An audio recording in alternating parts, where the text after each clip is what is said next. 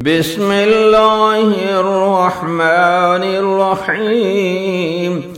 يا من تحل به عقد المكاره، ويا من يفسأ به حد الشدائد، ويا من يلتمس منه المخرج إلى روح الفرج، زلت لقدرتك الصعاب وتسببت بلطفك الأسباب، وجرى بقدرتك القضاء ومزت على إرادتك الأشياء، فهي بمشيتك دون قولك مؤتمرة، وبإرادتك دون نهيك منزجرة.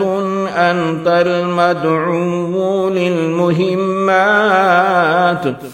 وأنت المفزع في الملمات، لا يندفع منها إلا ما دفعت، ولا ينكشف منها إلا ما كشفت.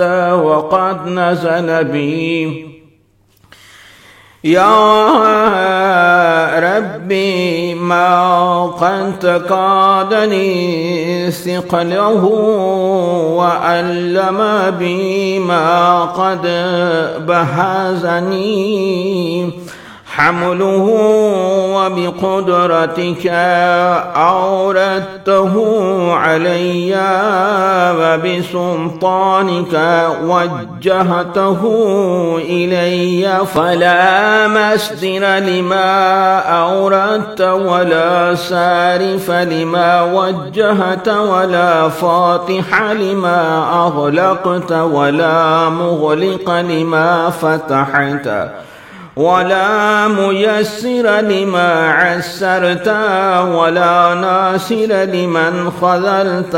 فصل على محمد وآله وافتح لي يا ربي باب الفرج بطولك، واكسر عني سلطان الحم بحولك، وأنلني حسن النظر فيما شكوت، وأذقني حلاوة الصنع فيما سألت، وهب لي من لدنك رحمة وفرجا هنيئا، واجعل لي من عندك مخرجا وحيا،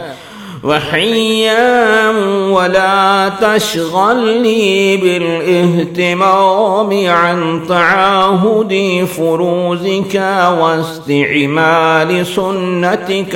فقد زقت لما نزل بي يا رب ذرعا، وامتلأت بحمل ما حدث علي حما، وأنت القادر على كشف ما منيت به، ودفع ما وقعت فيه. فافعل بي ذلك وإن لم أستوجبه منك يا ذا العرش العظيم.